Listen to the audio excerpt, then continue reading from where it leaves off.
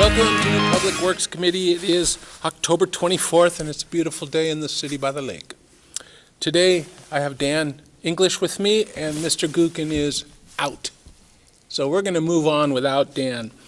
This is really unique because the last time I remember Public Works dealing with anything that was on top of the dirt was the design for the sewer treatment plant. And we helped kind of pick colors and shapes, and so this is many years later. And so first up, looks like Ted from the building department. Welcome, Ted. He's going to talk about an agreement with Innovation Den. So you're going to have to go slow on this. Okay, I'll do what I can. All right, thank you, Mr. Chairman and Council. All right, so what happened here is the Building Services Department had a request excuse me, made by the Innovative Den, and what they're requesting is that the windows located on the very west portion of their building remain open. Typically, when it comes to code and it comes to the when there's alterations made to buildings, that if you do anything that's close to a property line, fire-resistant construction is required. And so, based on that, this building is roughly 2 feet away from a property line, so they're very close to it. Yeah, you know, as far as any alterations goes, they would have to bring it up to a current code standard, and so they would have to infill it with 1 hour fire-rated construction. We have adopted an existing building code, which does allow for, if windows are existing in a building, they can actually remain in place. No additional requirements are made. So what we're trying to do is just take a look at this with a little different perspective. So normally this wouldn't come to Public Works. It would just be a decision made through the building department. So, and so as far as any other proposed work that's done on the west exterior wall would have to comply with the current code standards. And currently the property to the west of the building is a parking lot. There's no additional buildings there. The agreement, 418 East Lakeside LLC has agreed in the event that a parking lot is developed for a structure, it would then comply with current codes regarding whether the windows can be maintained, would have to be removed, and the openings infilled with fire-rated construction, which would be consistent with adopted building codes. And as far as a financial analysis, there is no financial impact to the city, so that would be no issue for the city there. Under the performance analysis, it says the replacement and maintenance of the windows break up a very large wall which otherwise would not be aesthetically pleasing. It would also be beneficial to 418 East Lakeside LLC for use of the building, for use of the windows to allow more natural lighting into the building. And so far, the current use of the windows does not directly or negatively impact the existing parking lot to the west. In the agreement, it would bind future owners of the building and would allow application of the applicable codes in the event there is a change of use of the parking lot. At this point, staff is requesting that the City Council approve the agreement with 418 East Lakeside LLC and authorize the mayor to sign said agreement. Any questions? No, I'm glad for the background. It seemed kind of an odd thing that it says that they're coming to us about if they can let their windows remain open. And it seemed like a little government overreach, but I understand as far as building codes and all of that, and given the fact of the existing uses and all of that, I think this is a good, I'm glad to hear that there can be kind of a common sense path. So unless you have something, I would just have one question. I would just say that if there was an agreement in it, it wouldn't have had to come here, because you guys can say, yeah, you can use the windows till something changes. Right. Okay, so it's here because of an agreement that needs to be signed. That's correct. It's because of the agreement only. Typically, these windows would be closed in, and it would have fire-rated construction at this, according to our building code, because they are making an alteration. Currently, since there's not a property located on the west side, it's not the same hazard. It's not the same issue as if you had a large fire and you're trying to contain it. And so we do want to make them aware that they are subject to future codes.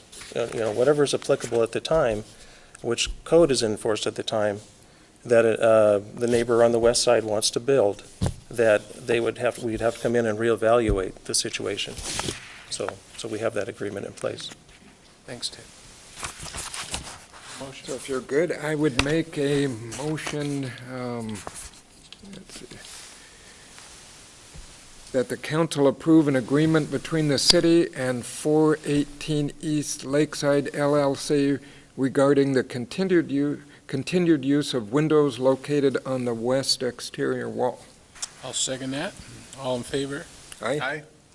We consent calendar that, please? Moving on, Ted. All right, thank you. Oh, Shane Roberts is up. I'm going to pitch hit for Shane today. Chairman, thank you. This also is a request from 418 East Lakeside LLC. They are requesting an encroachment permit to build an ADA accessible ramp within our right-of-way sidewalk. They're gonna take the responsibility, or the maintenance of the ramp, the construction of the ramp, and will not interfere with any vehicular or pedestrian traffic along that sidewalk. And it also will meet ADA compliance. Between 4th and 5th Street in our downtown ordinances requires an ADA accessible parking spot at every block. And currently between 4th and 5th, there is not a handicap parking ADA spot on that piece of Lakeside. It's on 5th Street. So what they're asking is to build an ADA ramp inside our right-of-way and encroachment onto our sidewalk. It will still leave us 8 feet of sidewalk that is still in compliance of the ADA code. So what we're looking for here today is for council to approve an encroachment agreement that the mayor would have to sign with 418 East Lakeside LLC. Questions? No. Me neither. Seems like a no-brainer. Thanks for coming all this way. Well, Yeah, no question. I think anytime we can help facilitate ADA improvements and access is a good thing. So, again, it seems like it's kind of a good common sense, meet in the middle kind of thing. So, if you're ready, I would make a motion that the city council approve an encroachment agreement with 418 East Lakeside LLC and authorize the mayor to sign the agreement. I'll second that. All in favor? Aye. Consent, please. And all right, something to look forward to, Tim, the snow plan man. yeah, thank you. As you know, every year we come into the committee and take to staff this year's snow plan for adoption. Right now, it's in draft. As soon as we get it adopted, it will go on our website and media outlets. We also put in some snow brochures, put them at the police and fire stations.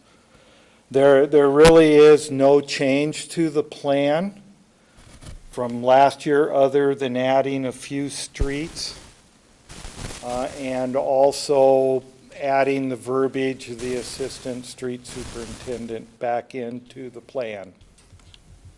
So with that said, I'd like to take a couple seconds to go over some of the highlights of the plan. Oop. You know, snow is always an emergency situation in the city of Coeur d'Alene, you know, and we take our jobs very seriously. Plow operations start with 4 to 5 inches on the ground or 2 inches and more snow coming. We overachieve many times. We're out there manipulating snow, de-icing it, doing whatever we can as snowstorms come in. We always look at our major arterials first. Those are the ones that we put the most attention to. Those are the ones that move the most traffic. And then we work off that list and then go to the hills, the 911 center, of course, and then the major collectors, the bus routes, and then the residential streets and cul-de-sacs. As you're aware, last year we changed the goal down to 30 hours. You know, it was 38 for a few years there. That's a big hurdle, you know, and we got there. Bare pavement is not the goal. You know, drivable, accessible streets for emergency services and the motoring public is our goals. We do not plow snow from the alleys. We encourage, we don't require, but we encourage residents to keep their cars off the streets during and after storms so we can get out there and get what we need done. And residents must clear their sidewalks. Couple other highlights in policy as we build strong relationships with the media. We visit with the local TVs, we give interviews, we get our faces out there, we let the media know what we're doing. We'll have the policy on the website, we'll have plow updates, statuses provided, we'll use local channel 19 to get noise out there, and we will have pamphlets put out. Some years I have an opportunity to visit with the neighborhood block watches, get the word out to the HOAs and people how we do things. The snow line will be kept current, and there's always human contact. You know, you can call us anytime. We'll respond to many of your concerns. We listen to our operators, look at things, you know, to be a little more efficient or how we do things, and we always are looking for process improvement. As you can see, it wasn't that many years ago. You can see how our residential streets and our arterials keep climbing and our times keep dropping. That's through all this critiquing and looking at different ways to do things. I always feel that we are not snow plowers. We manipulate it. We move it around. We listen to our citizens. We do what we can to get them in and around traffic and out of town and to their jobs or wherever they may be wanting to go. So with that, what does winter bring us this year? You know, everybody, I see that they put their predictions in the paper this morning that we could have a robust winter. You know, you never know. And but I can tell you we will be ready. One Farmer's Almanac's looking at mild but stormy. You know, that's what they're predicting for the Northwest and inland Northwest. Another predictor is active and a cold start up in the northern region. And AccuWeather is predicting a stormy La Nina impact.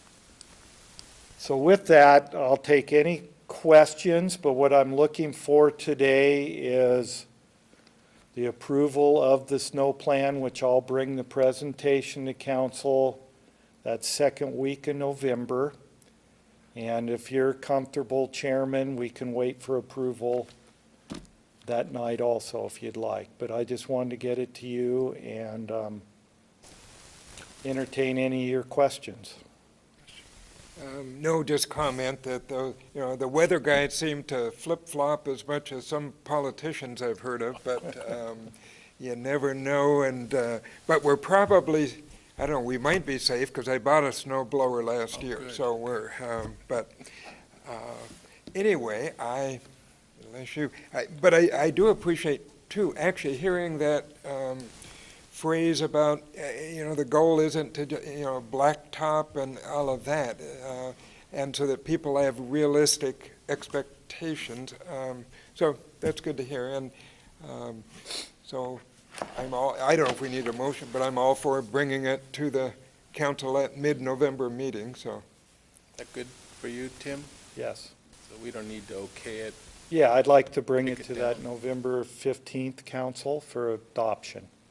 I just want to give you an attaboy. It always amazes me over all those years that you were, as the numbers went up in the amount of road work, that you could do it in less hours. So I think the snow gates, there's been a lot of efficiencies, making your own melting stuff, de-ice Fine. stuff. Yeah, I mean, you guys have really stretched the boundaries of efficiency. Well, I shows. would like to tell you that I think we are looked at as a city of excellence when it comes to snow fighting. And there's many communities that look at Coeur d'Alene and how we do things, and it goes back to the synergy of that group out there, looking at different ways to plow. And I would encourage you sometime to jump in a plow with them or ride along out there in the neighborhoods at night and watch how they do this. And they're the ones that deserve the kudos, and what they do is phenomenal. Again, great job for all you guys. Probably have the chains on yet? Nope. Nope.